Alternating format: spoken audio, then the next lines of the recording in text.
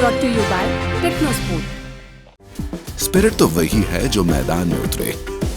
टेक्नोस्पोर्ट, sport your spirit. 8 अगस्त की देर रात करीब 10:30 बजे 50 किलोग्राम रेसलिंग फाइनल से 3 घंटे पहले इस फाइनल का बीती रात से इंतजार किया जा रहा था।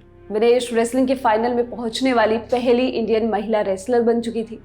अब बारी थी ओलंपिक्स में सबसे बड़ा मेडल लाने वाली महिला बनने की।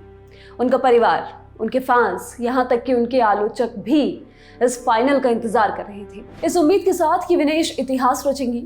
विनेश वो करेंगी जो अब तक कोई भारतीय महिला पहलवान नहीं कर पाई थी। फैंस के नजरिए से अब कुछ गलत नहीं हो सकता था। विनेश को वो सब मिलने ही वाला था जो वो डिजर्व करती थी। सेमीफाइनल जीतने के बाद से ही विनेश ने इसके लिए काम भी करना शुरू कर दिया था। रस्सी कूदी, साइकिलिंग की, बाल कटाए, कपड़े छोटे किए, शरीर से खून तक निकाल डाला। और ये सारी जद्दोजहद क्यों? क्योंकि उन्हें 8 अगस्त की सुबह करीब 7:30 बजे तक अपना वजन 50 किलोग्राम के अंदर लाना था। लेकिन ये सब कम पड़ गया। 8 अगस्त की सुबह 11:45 तक ये बात पूरे इंडिया में फैल गई। विनेश गोल्ड मेडल मैच से पहले ही डिस्क्वालीफाई हो गई। विनेश का सपना टूट गया।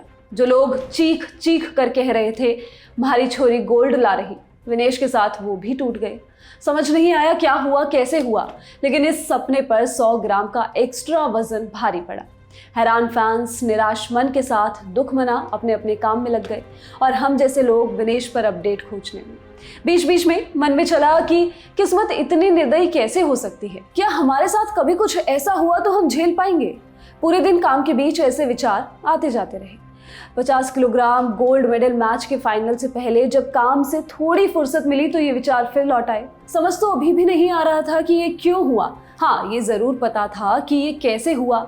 ये भी पता था कि अब इसे बदला नहीं जा सकता, लेकिन इन सब से कुछ होना नहीं था। दुख तो दुख है, वो अपना घर बना चुका था। मेरे साथी जो विनेश की जापानी रेसलर के खिलाफ मिली जीत के बाद से ही गोल्ड का दावा कर रहे थे, वो अब कोई दावा करने की हालत में नहीं थे, बस सर झुकाए बैठे थे। मैंने उनसे पूछा क्या हुआ, वो कुछ नहीं बोले। मैंने दोबारा पूछा विनेश के लिए दुखी हैं? वो कुछ नहीं बोले। बस इतना ही काफ़ी था ये जानने के लिए कि वो विनेश के लिए दुखी थे। वो विनेश के लिए आंसू बहा रहे थे। मैंने स्पोर्ट्स के लिए किसी मर्द को रोते हुए पहली बार देखा था। फुटबॉल टीम्स, क्रिकेट टीम्स के लिए गुस्से में चीखते फैंस पहले भी देखे थे, लेकिन महिला स्पोर्ट्स पर्सन के लिए किसी मर्द को रोते हुए पहली बार देखा था। और ये चीज़ ये बताने के लिए काफ़ी थी कि विनेश ने क्या खोया है। इस वीडियो में बस इतना ही। मैं हूँ गरिमा। स्पोर्ट्स से जुड़ी खबरों के लिए आप लोग देखते रहिए ललन टॉप।